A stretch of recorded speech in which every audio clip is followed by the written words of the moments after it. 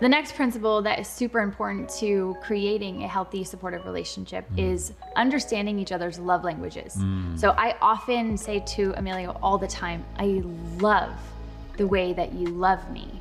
And important keyword is I love the way that you love me, because he understands the way that I receive and feel love, and really learning that not everyone feels love the same. Right? There are 5 different love languages, and you can even go take the love languages test to figure out yours. But really knowing what yours are, knowing what your partners are, even knowing what your friends and family, because you might think that you're loving someone by giving them gifts or by, you know, holding them or hugging them or the way that you show love, but they might not be receiving it.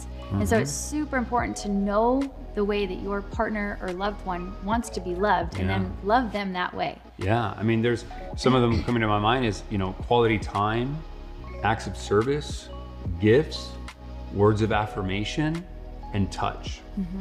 And Rachel's is words of affirmation and touch. And actually it happens to be mine too. And so we early on discussed that, like, hey, have you heard about the 5 love languages?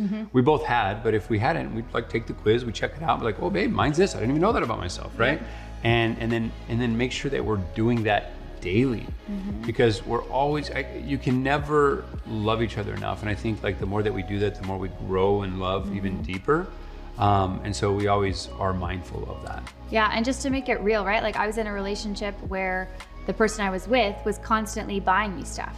And while that felt nice, that's not my love language. So he was thinking that he was constantly showing me love by buying me stuff, but I never really felt it. Yeah. And it always made me feel like he didn't really love me that much, and I always kind of felt insignificant or small, even though he was doing all these nice things for me.